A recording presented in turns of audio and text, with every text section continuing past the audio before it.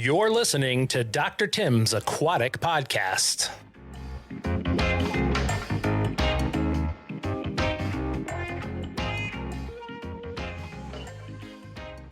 Hi, everyone. Dr. Tim and Hilary for another session of Dr. Tim Aquatics Podcast. How you doing this morning, Hilary?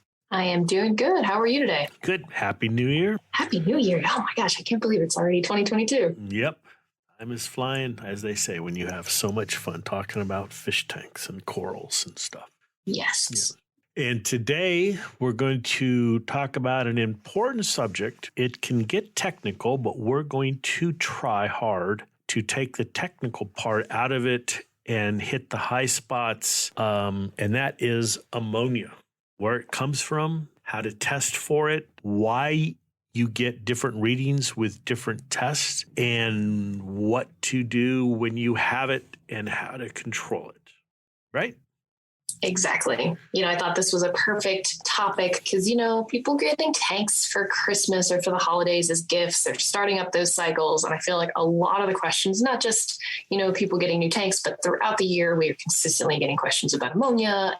And, this isn't a tank cycling podcast. We've got those. So if you're interested, go check those out. But this is ammonia because we had a conversation the other day talking about test kits and like the different types of ammonia and how ammonia is measured. It's like, oh, that's a good idea. We should turn that into a podcast. So here we are. Yep. Plus, we got an email that said person's test kit was one number, and then they had a product that sensitized the product. I don't mind mentioning it. Had measures in their tank, and that was a totally different number, and they were confused. And what's going on? And that was a good question that I think falls right into this because both numbers are right, but you have to understand why they are different and how they relate to each other. And we'll cover that in this podcast. Yep. So let's get started. And I know a lot about ammonia. I did my master's thesis in ammonia toxicity and ammonia excretion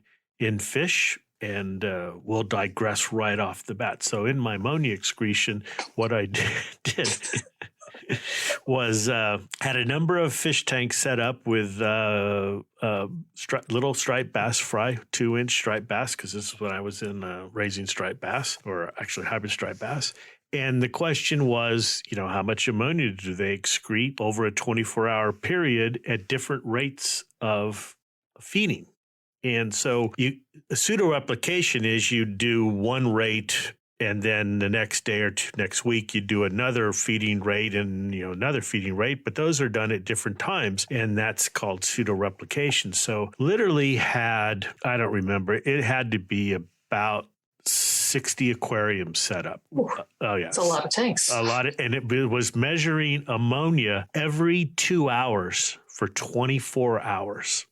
Yeah. Marathon ammonia measuring. Was fed them and then was measuring the ammonia, and it was crazy. But that's what you do for a master's, is crazy stuff like that. So I've been measuring. Did you have to do all that by hand, or did you have a helper to get you through that 24 hours? No helper. Yeah, coffee. That was my helper. Or maybe a lot of Pepsi at that time. I don't drink Pepsi anymore. I don't drink any soft.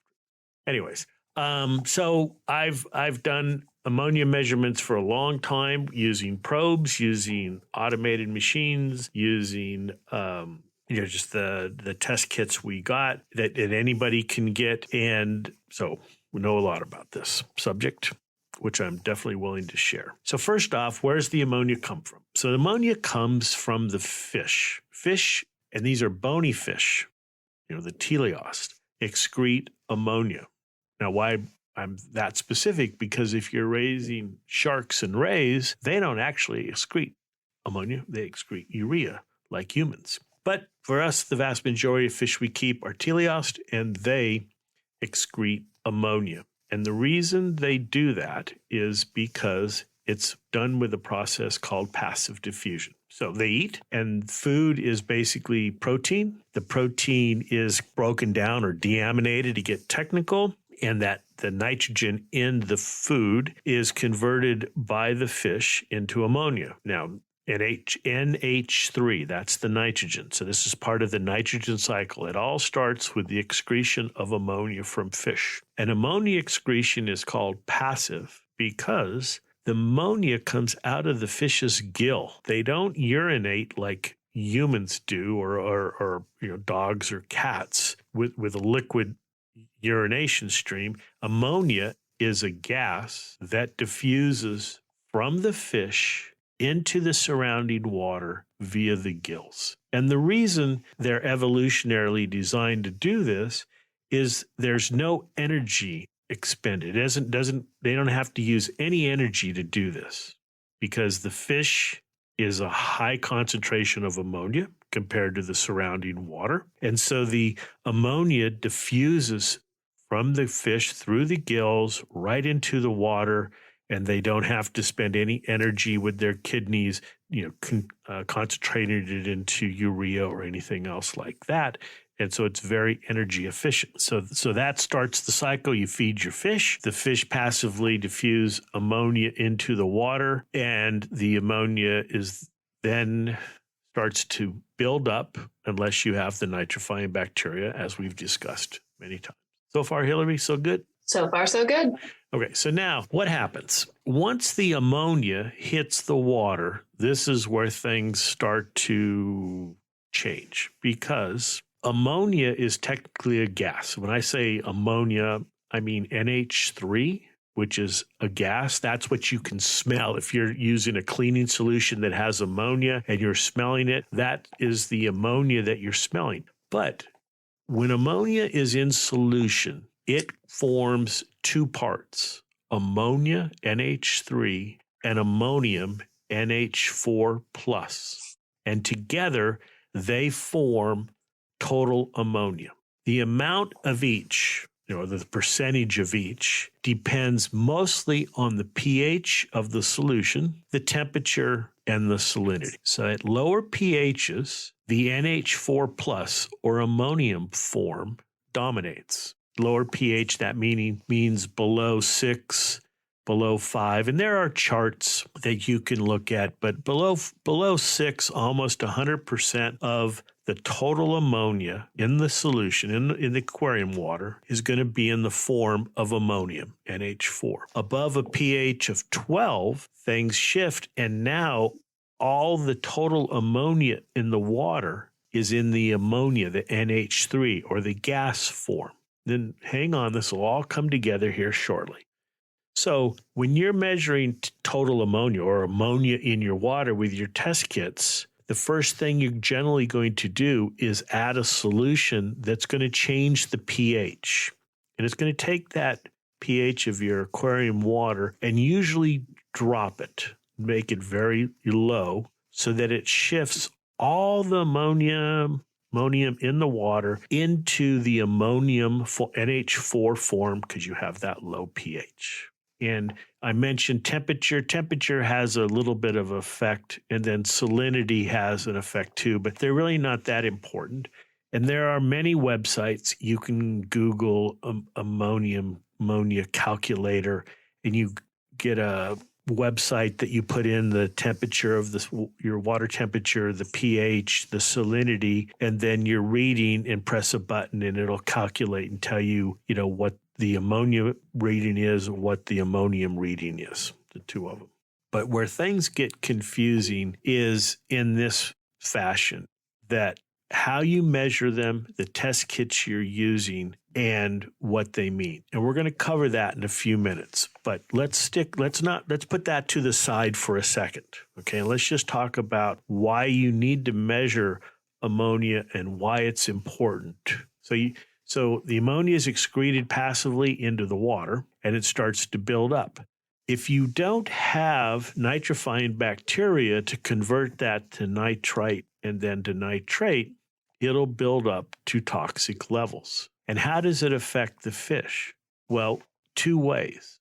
When the total ammonia concentration is higher in the water than in the fish, the diffusion can't work. It actually reverses. So the ammonia that's in the bloodstream of the fish can't diffuse out into the water because simple, passive diffusion goes from a high concentration to a low concentration. Well, now the fish is the low concentration and the surrounding water's the high concentration. And in fact, what can happen is the ammonia can start diffusing from the water into the fish. And so now the fish can't get rid of this toxic ammonia that's in its bloodstream or, inside of it. And just because nature likes to always throw us a curveball, there are exceptions to what I just said. And why that's important is, remember I talked about doing my master's thesis on ammonia excretion. And I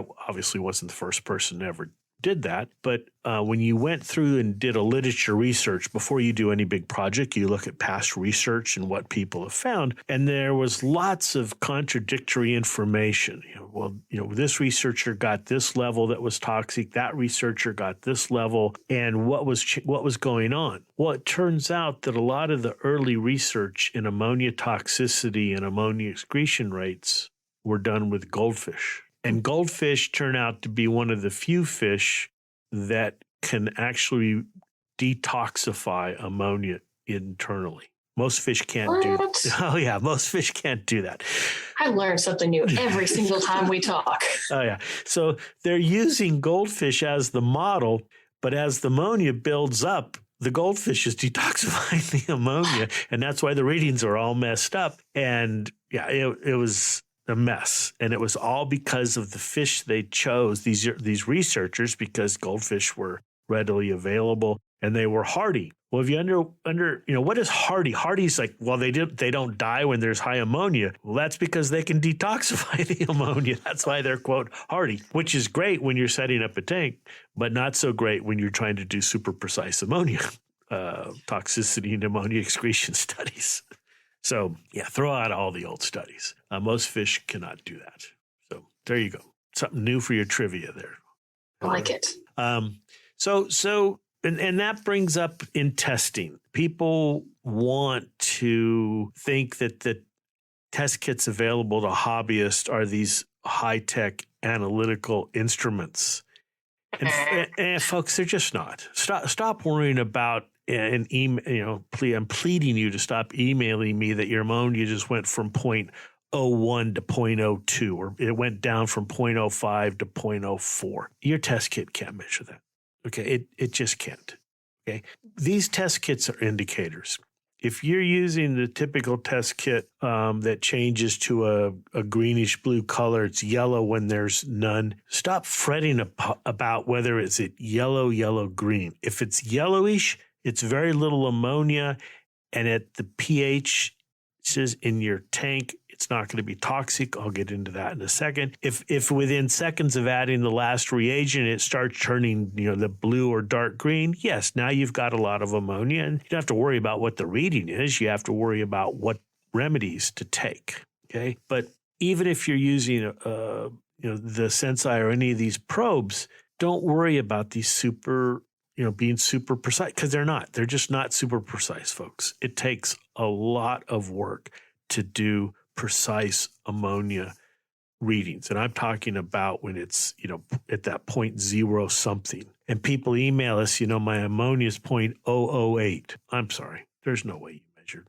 ammonia at that level. It's just not going to happen. So test kits are good indicators. They're not analytical instruments. And I'll end that rant right there, Hilary. Come back, Tim. Come back. Anyway, so what's happening here is that the ammonia is building up in the aquarium. It's passively diffusing into the fish, and it turns out ammonia is a neurological disease. Now, people want to say it burns the gills and things like that. At super high levels might do that, but basically it's a central nervous system.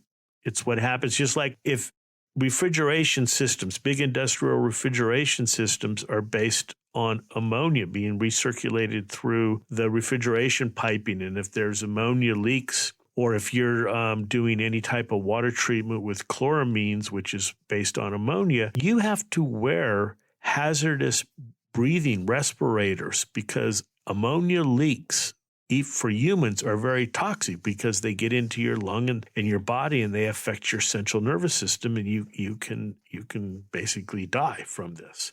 And the same thing with the fish. And so the easiest thing to do if you have high ammonia is a water change. And what's high ammonia? And this is where we're going to get a little technical for a second, because as I mentioned, if your pH is 6, most of the total ammonia is going to be in that ammonium NH4 form. The NH4 is not toxic. It's the NH3, because that is unionized, meaning it doesn't have a charge. It's not NH3 plus or NH3 negative. It's just NH3. An unionized molecule can move back and forth into the fish and out of the fish.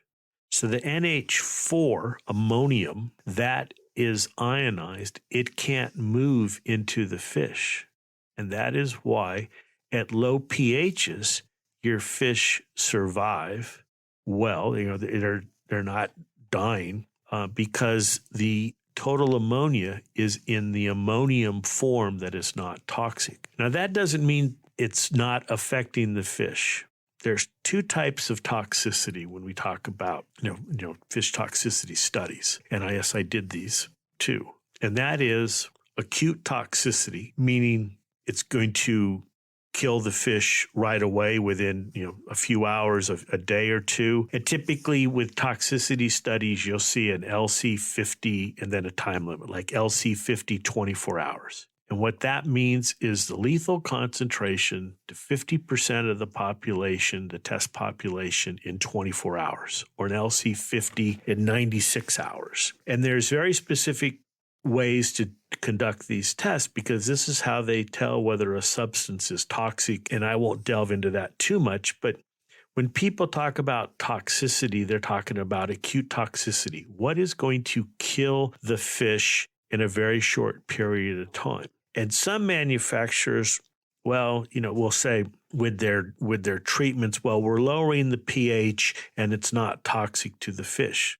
Well, it's not acutely toxic, but chronically, meaning long term, even a small amount of ammonia will stunt fish growth and does harm the fish. It's just like if you were growing up in a real poor, an oxygen poor environment, you're not going to do very well because your body's not getting all the oxygen it needs. So while you don't want to panic, you never want to, panic when you have bad water quality and bad water quality readings. You do want to intervene and correct if you have ammonia. And let's jump ahead. Your tank is cycled, everything's doing well, and you're getting constant ammonia readings. Well, that goes back to the old wives' tale of fish will only grow to their environment. I'm sure you've heard that, Hilary. Oh, yeah. Oh, yeah. The fish will only grow to the environment. What does that mean? Well, that means that basically the environment is too small. The filtration is too small, which is leading to low levels of ammonia. So there's chronically a little bit of ammonia in the water that, while not outright killing the fish, is stunting their growth and is affecting them long term. And we don't want that. You should be providing a healthy environment for your fish. And that's where this term, the fish only grow to their environment. Yeah, because the environment becomes basically uninhabitable. Don't overcrowd. Don't put more fish in. Don't overfeed. If you want all those fish, then it's your responsibility to get a bigger tank and have a better filtration system. Yes. I'll always understock before you overstock. And surprise, fish grow. So, True. That little fish you started out with is kind of like the kitten that you got, and now it's a cat. And it's a Maine Coon, and the thing is huge. So,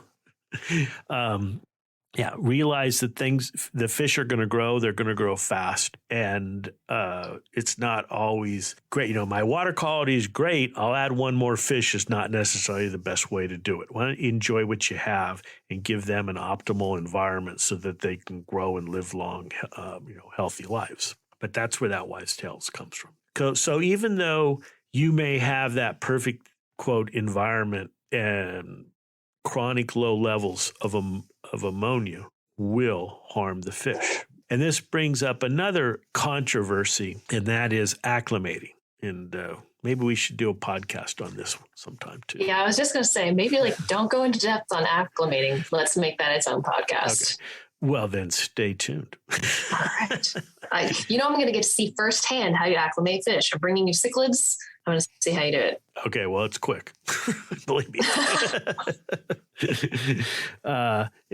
Anyway, so because what's happening in the tank is fish are in a bag is fish are respiring, lowering the pH. Now we know at the low pH, the ammonia they excrete in the non-toxic form. But and this goes to your aquarium. So say what happens long term in your aquarium. We've talked about this is the nitrification process adds acid, which is dropping the pH. And so your pH is low and the nitrifying bacteria aren't working as fast.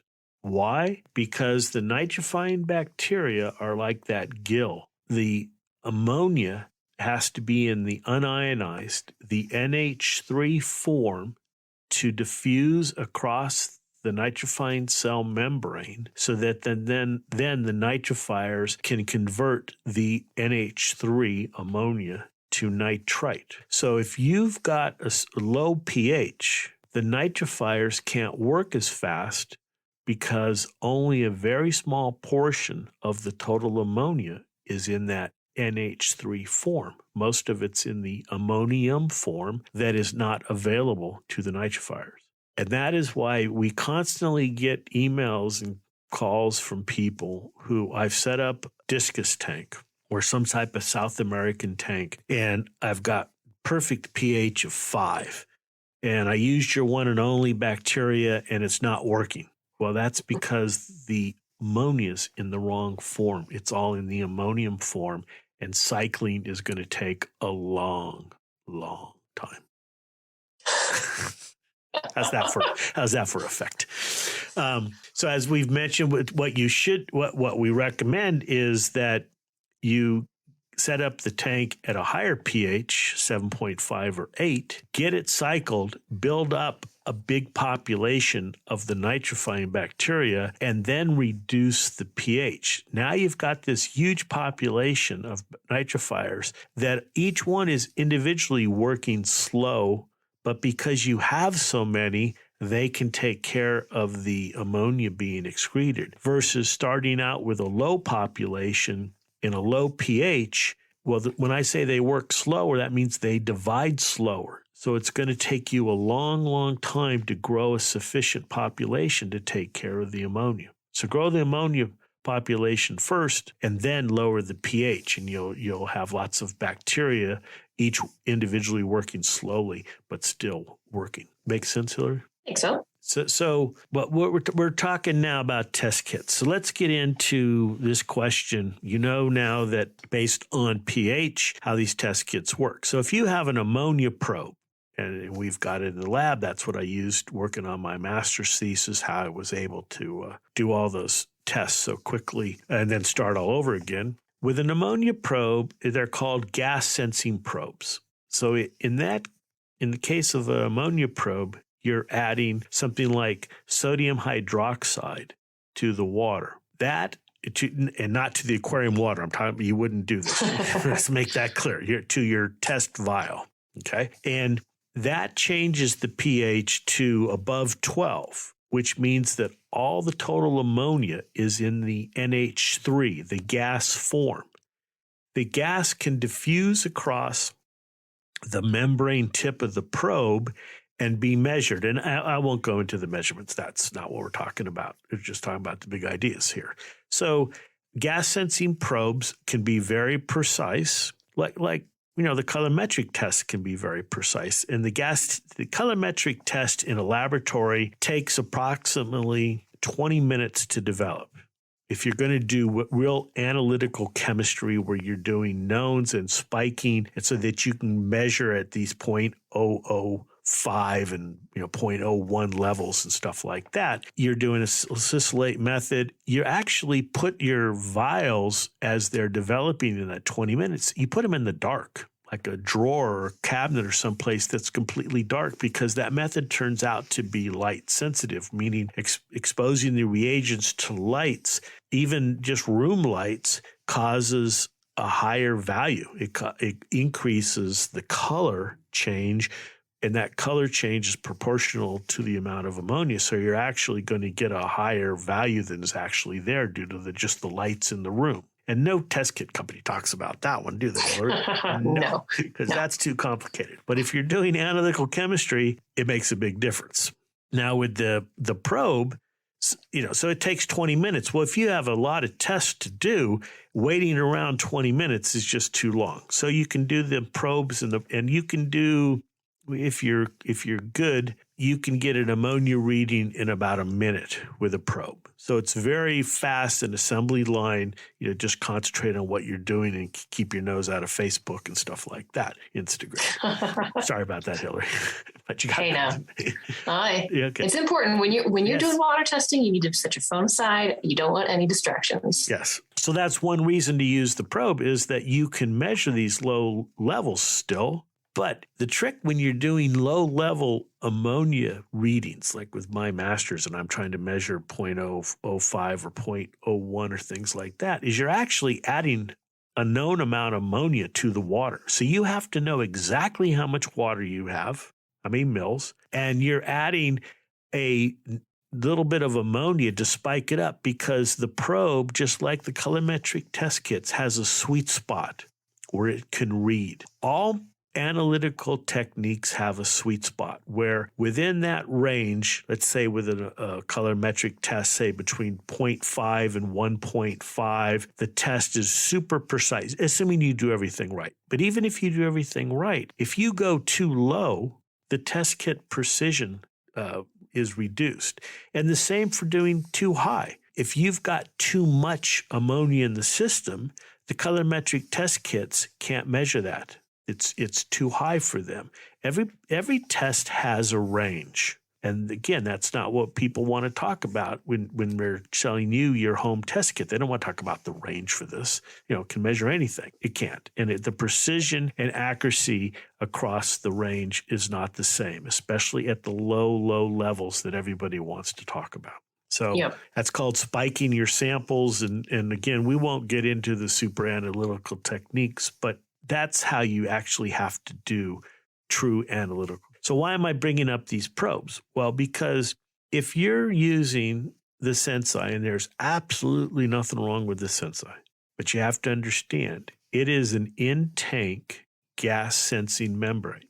So what does that mean? You have this little plastic disc, and there's a membrane in there, and the Sensei is only measuring NH3, the gaseous form. It is in your tank, which you're not adding sodium hydroxide to that water, because that would obviously put the pH up too high and kill everything. So why did our reader use a colorimetric test kit and get, I think his value was 2, and his Sensei was saying that it was only 0.08? Well, because the colorimetric test kit, you're adding the first drops, that takes the pH all the way down, and you're measuring total ammonia. You're measuring the NH3 plus the NH4. And if you want to know how much of each, you have to go to these calculators, because again, the NH3 is only the toxic portion. And that means that if you had 2 aquariums next to each other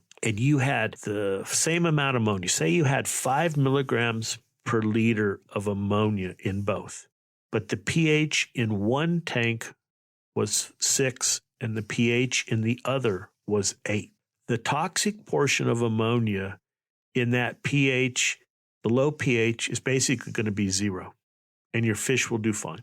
Short term, I'm not saying at all keep them in there, but they're not going to die, in 10 minutes or an hour or 2 days. But at a pH of 8, I think it's about 10 or 12% of that total ammonia is in the toxic form. And that can be toxic to your fish in 24 to 48 hours.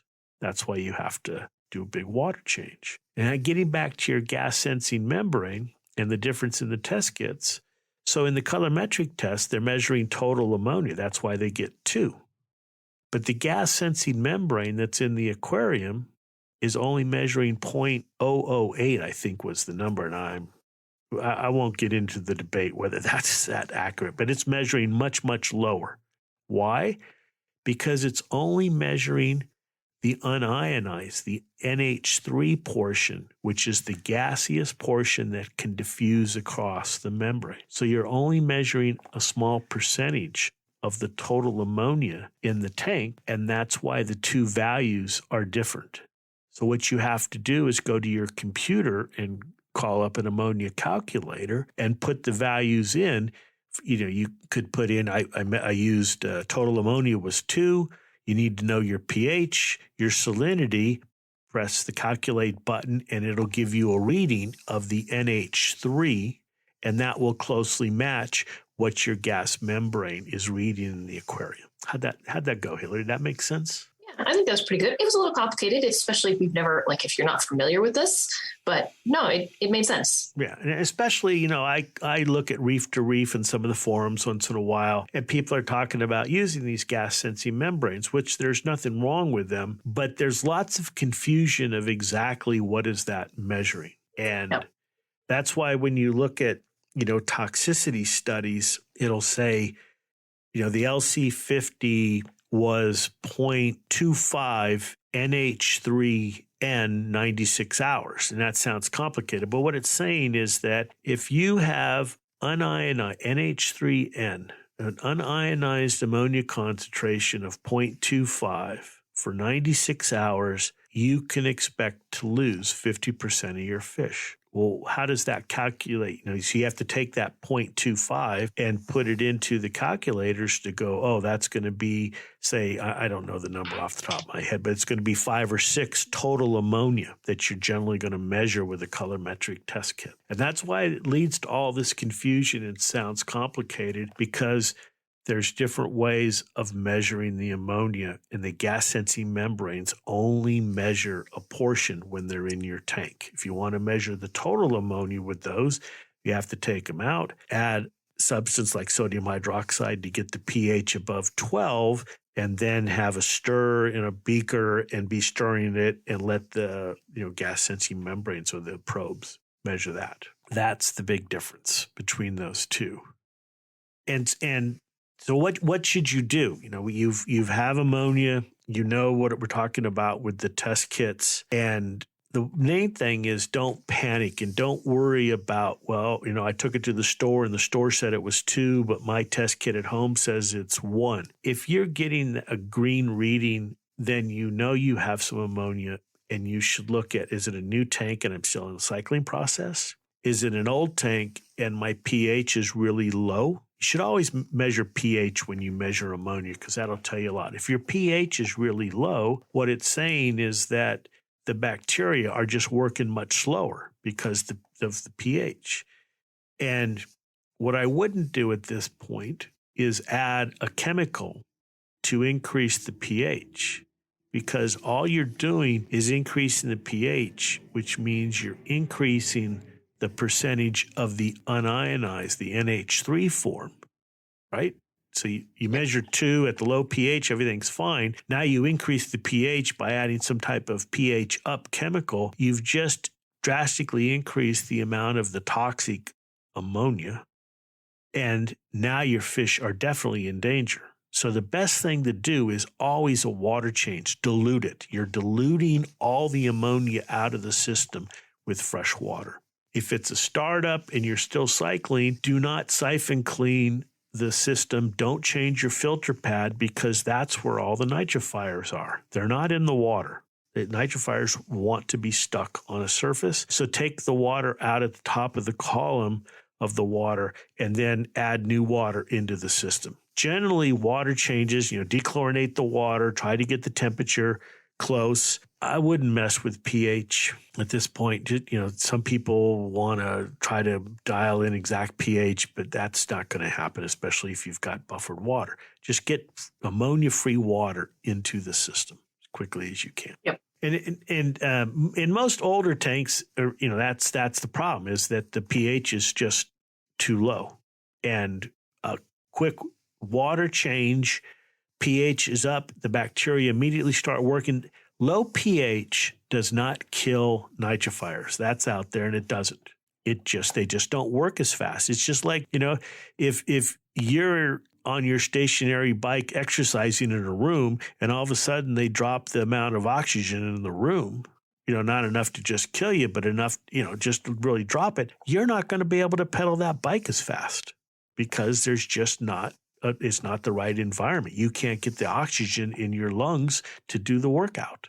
And that's kind of the same analogy with the nitrifiers, is the conditions are just not right for them to quickly oxidize or convert that ammonia because it's in the wrong form. Once it gets the pH is up and it's the right form, the nitrifiers can go to work. But the low pH is not killing the nitrifiers at all, so don't worry about that.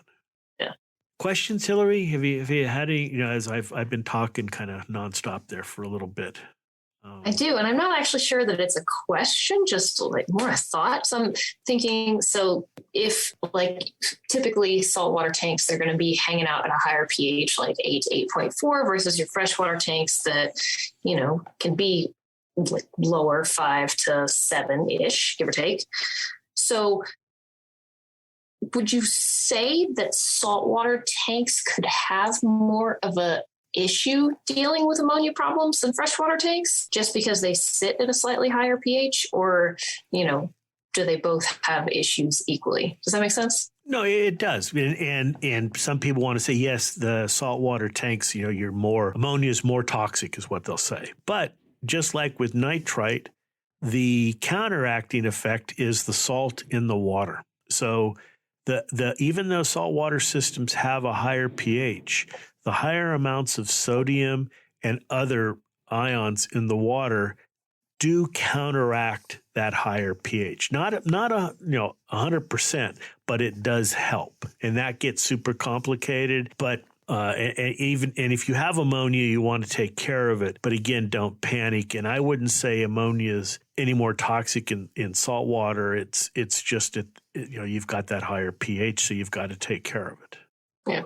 Okay. But I mean, I know from my experience, because the hybrid striped bass are fish that can tolerate a wide range of salinities, that if you were to take the hybrid, at least the hybrid striped bass, at a pH of 8, and you had salt in one tank and it was fresh water in another, the freshwater fish would experience a higher toxicity than the saltwater fish. Even because the salt has a positive, it counteracts the ammonia toxicity. That's perfect. Like, just totally answered my question. Like, all right, okay. Yeah. Yeah. And you had an example for it too. Yeah. And it's, it's crazy when you start dealing with ammonia toxicity, because pH plays a huge role. It plays a huge role in the acute toxicity, meaning, short term, they're going to die quickly. And it gets complicated, but once you understand that, that's why you don't have water available. What can you do? Well, depending on the fish, you can add salt to the water, just some sodium chloride. That will help. It'll buy you some time until you can get, and do a big water change or something like that. Just people say, well, I want to change with, I'll just do RO water. RO water is terrible for fish. Vast majority of from almost all the fish, because it doesn't have any nutrient or any ions in it at all. Most fish don't like that. Definitely nitrifiers don't like it. But most fish, South American tetras, corridorus, angelfish, discus, they don't like salt very much. But the vast African cichlids, swordfish, mollies, platies, there's mollies and platies living in the salton sea out here, which is, very, very salty. So, short-term emergency, I just add some sodium, some table salt, teaspoon per gallon, tablespoon per gallon, and that will help counteract short-term the toxicity of ammonia. There you go. Just do your research before you add anything and make sure that your fish can handle it. I think we've covered the ammonia and the difference in the test kits. And the main thing, unfortunately for many test kit manufacturers, they really don't tell you the units, because people say, well, my ammonia's the last thing to cover, because it's another pet peeve. I got to climb back on the soapbox. They don't tell you the units in terms of some test kits measure in the ion units. So they're measuring ammonia, or let's take we're talking about ammonia. They measure ion, NH3 units. And others measure in units of nitrogen, NH3N. Both numbers can be right, but it's like measuring with a metric ruler or an English, inches versus centimeters. The numbers are correct, but they're different numbers. And so when you say, I've got 5, well, 5 what? And unfortunately, a lot of test kit manufacturers don't tell you the units that their kits are measuring in. And it can make a difference, a big difference. So you've got to be careful in that. And main thing is, don't freak out if you have high ammonia. High ammonia doesn't kill your bacteria. Low ammonia doesn't kill your bacteria. It will, harm your fish. The fix is a big water change with good chloramine-free water. Yep. It's amazing how many things that a water change will fix. Right. Ammonia removing chemicals in a pinch, sure. I mean, we have our aqua cleanse and it helps, but this is a temporary fix. Okay, fish live in water, not in aqua cleanse or other ammonia. Well, I've had public aquariums dump 55-gallon drums of this stuff in there, and we'll end on, relying to don't cycle with using chemicals, because these chemicals do affect the nitrifying bacteria. And if you get enough of it in there, it'll start affecting your test kits. So you're getting wrong readings because of all these chemicals that you're adding to the water. So Don't rely on chemicals. They're short-term aids, not long-term remedies. Exactly. Anything else, Hilary? When are we going to start to see some dad joke videos? Yeah, that's coming. That's this. I got to get a haircut. How's that? You can wear a hat. No, I can't. Okay, they're coming. I promise them, and you'll get them.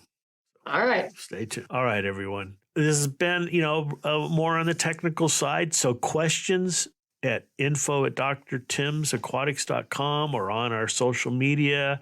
And, the next podcast will be on questions. And this is a subject you hear a lot about, ammonia. We definitely want to answer your questions on those and make you more comfortable being able to measure it and deal with it and know what to do should you have it in your aquarium. Exactly. And if there's a topic that you want us to talk about, I know most of our topics have kind of, skimmed the surface, but if you want us to go more into depth, if you want Dr. Tim to go more into depth on some of this stuff, let us know. I'm sure he's happy to go more into depth, and we can give you some of that content if that's what you're looking for as well. Yep. No problem. And trade show season, not so trade show, but there's lots of Reefapaloozas and aqua shows, and we're gearing up for the year. So definitely come out and check our calendar of events. Come by and see us. We always it's great. Nice thing at these shows is meeting people and talking to people and things like that. Oh yeah, I think our first one for the aquarium realm of things is going to be in February in Orlando for Aquashella, I believe. Yeah, I think so. Check the calendar, right? Yeah. All right, everyone. Thanks very much for listening to myself, Dr. Tim, and Hilary on the Dr. Tim's Aquatics podcast. We appreciate it very much. Good fish keep.